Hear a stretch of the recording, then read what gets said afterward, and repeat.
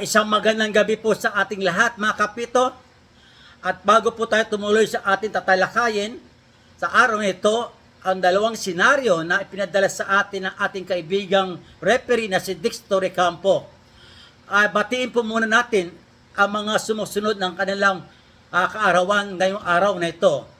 Si Egay Patawig, J.R.R.A. Galapon Salvador, Kennedy Bansel, Alfred Gorospe, Kimilra James Ace, Michael Texon, Jason Kai Desexne, Angel Lorica, kay BAP Davao, at ganun din po kay Ellen Francisco Esqued na kauna-una naming sekretary sa Barangay 702 nung panahon namin.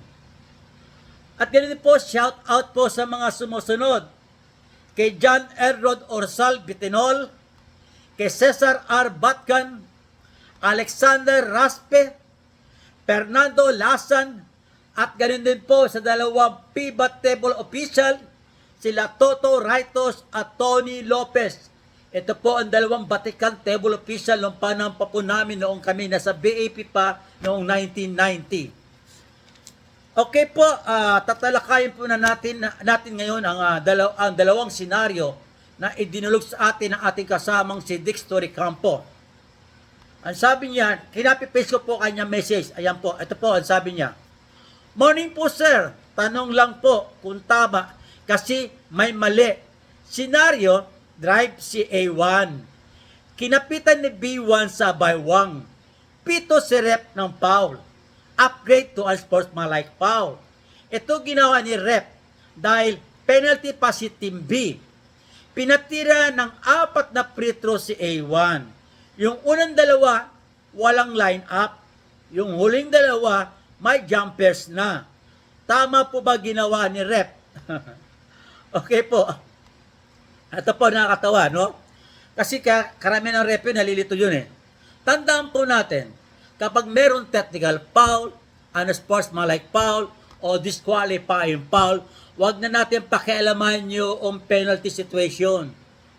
If both teams is penalty situation, hindi na natin po i-apply yun kung technical foul, disqualifying foul, or sportsmanlike foul. Wala na tayong pakialam doon. Simple lang po. Saan po ginagamit yung penalty? Kung in case merong common foul, yung mga foul, vacuum foul, hand check, ganon. May tumag-referee ng foul, hindi naman technical foul, hindi disqualifying foul, hindi unsportsmanlike foul. Kung penalty na doon, pinapatihan dalawang free throw. Ito po, biro mo double black eye. Nagkaroon 4 na free throw. Okay pa? Okay po, ito po ang pangalawang senaryo na sinabi niya dahil siya mismo nag-referee doon. Ang sabi niya, isa pa po sa game namin kagabi po, sir. Isa po ako sa referee, sir. Quarter final.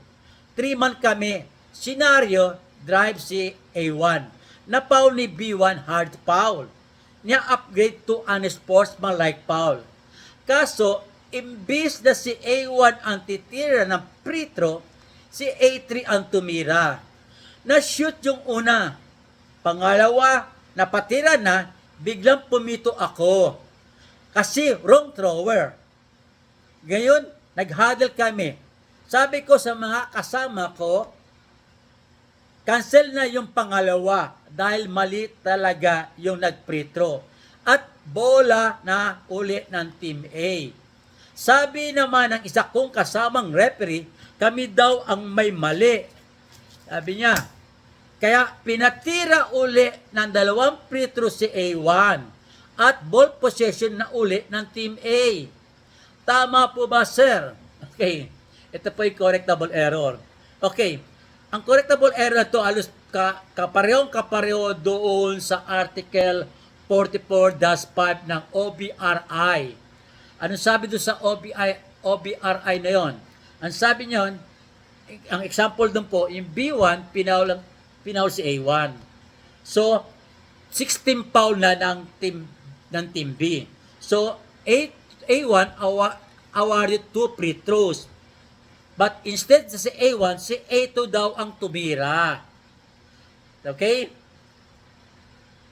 then the error is recognized. Ang sabi doon sa Article 44-5. At ang sabi pa doon, sa letter B, after the ball has left A2's hands for the first free throw, yung first free throw daw, ay ika-cancel na po yung free throw. Ang sabi doon sa interpretation, the two free throws shall be canceled. Pumasok o hindi, cancelado na po yun. Then, but if B was foul is unsportsmanlike foul, the right for the possession of the ball as part of the penalty shall also be canceled. Cancel na din po yun. So, maliwanag po. Sabi nga doon, pag doon sa after na 2 minutes sa first free throw, pero ito pangalawang free throw patira na. Sakop na po siya no letter B. So, ang sabi doon po, canceled na po yung dalawang free throw na yon. Aalisin na po yon. Kung pumasok yon, canceled pa, notified. Then, may ball possession, ang sabi doon, aalisin na rin po yung rights of possession of the ball. Magiging bola na ng kalaban. Okay, Team B throw in na doon sa free throw line extended in its backcourt. At kaya merong 24 seconds shot clock. Maliwanag ko ba tayo doon? Kaya to medyo talagang dapat dito pag-aralan maigi ng mga referee kasi double black eye sila doon eh.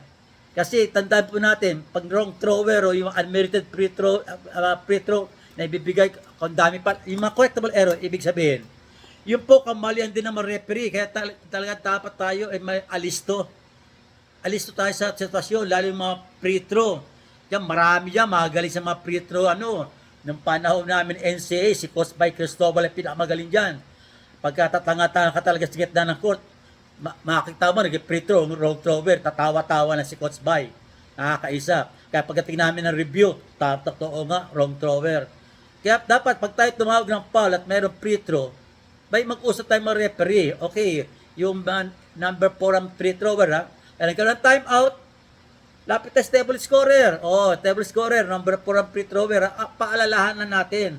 Para pagbalik natin sa pwesto natin, nagkakwentuhan tayo kung ano-ano, hindi tayo nakating sa laro. Pagdating ng resumption ng game, may nakapwesto isang ibang player doon, pwede na mag-buzzer yung mga table official.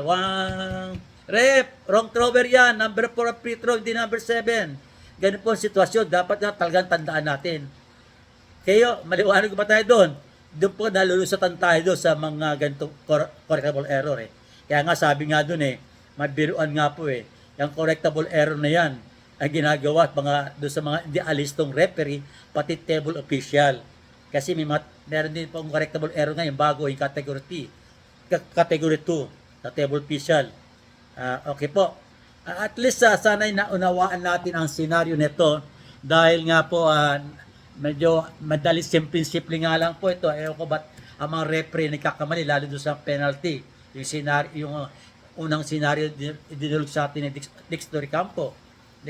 Kada po penalty na yan, bayaan na po natin yung penalty na yon. Huwag natin intindihin. Tumuloy tayo sa disqualifying foul, technical foul, or unsportsmanlike foul. Okay po ba? Ngayon po, maligayang Pasko po muli sa ating lahat. Advance Merry Christmas. Medyo nakapinang pamasko. Medyo napagod tayo maghapon na to. Medyo para po sa darating na buwan, medyo hindi na kami busy. Busy na kami, hindi na makagawa ng ganitong dekorasyon sa bahay. Okay po, maraming salamat po at muli, wag po natin kalimutan mag-like, mag-share, mag-follow at mag-subscribe sa aking YouTube channel. Maraming salamat po muli at naway pagpalain tayo ng ating pong may kapal sa ating buong buhay. Bye-bye!